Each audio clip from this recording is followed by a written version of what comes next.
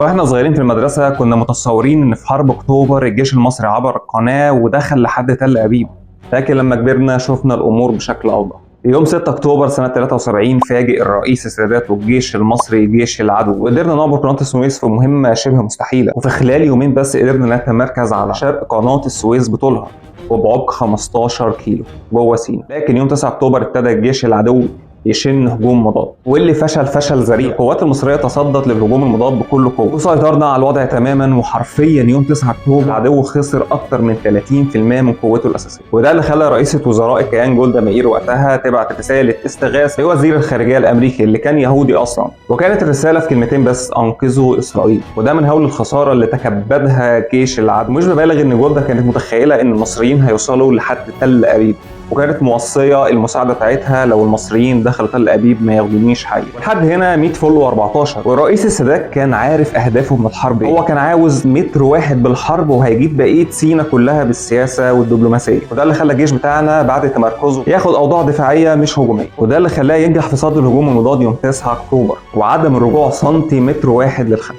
مع العلم ان كان في بعض العمليات الخاصه لقوات الصاعقه المصريه بتتم خلف خطوط العدو، ولكن بعد استجابه امريكا للاستغاثه اللي بعتتها جولدا مائير ومدتها بجسر جوي باسلحه متطوره جدا في وقتها وطيارات ودبابات كانت قادره تقلب موازين الحرب، وده اللي خلاهم يعيدوا ترتيب ورقهم تاني وتنظيم صفوفهم، وعلى اساسه شن العدو هجوم كاسح على الجبهه السوريه. وهنا السادات اتدخل وحب يخف الضغط شويه على الجانب السوري، لكن للاسف كان قرار سياسي مش عسكري غير مدروس بالمره، وبناء عليه اصدر اوامر بتحرك بعض اللواءات المدرعه للهجوم شرقا بعمق سيناء، وبقت الدبابات والمشاة بدون ساتر غطاء. وللاسف الهجوم فشل ذريع، ما حصلش منه اي مكاسب سواء للجانب المصري او للجانب السوري، وخسرنا عدد من القوات كبير. وفي يوم 13 و14 اكتوبر طلعت طياره استطلاع امريكيه تجسس وجدت ثغره وبلغت بيها جيش العدو. الثغره دي كانت قادره تغير مصير الحرب تماما، وبناء عليه اتحرك جيش العدو واستغل الثغره والفرصه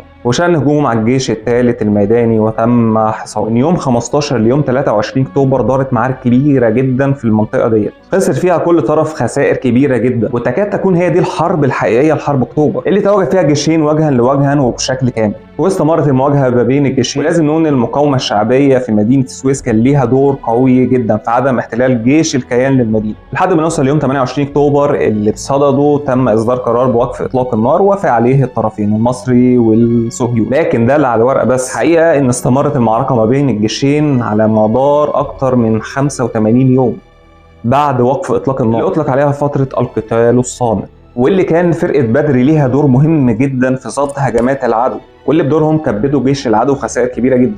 وهنا بنوصل لحد يوم 14 يناير 74 اللي بيتم اول خطوه لخطوات السلام، وهي معاهده فض الاشتباك الاول، وحصل بعدها معاهده فض الاشتباك الثاني، ومن هنا تقريبا انتهت الحرب فعليا. ابتدت الحرب الدبلوماسيه السياسيه، خدت تقريبا 7 سنين لحد ما رجع اخر شبر في سيناء. وهنا بنرجع لنقطتين مهمين: كان هيحصل ايه لو الجيش المصري بعد اول يومين كمل هجوم مدروس وقضى ونهى على جيش الكيان ودخل لحد الاراضي المحتله وحرر. النقطه الثانيه: كان هيحصل ايه لو اسرائيل استغلت الثغره صح وامريكا مدتها بكم جنود واسلحه خلتها تغلب الجيش المصري وترجع تحتل مصر كلها. ببساطه في الحالتين كان هيقوم حرب عالميه ثالثه.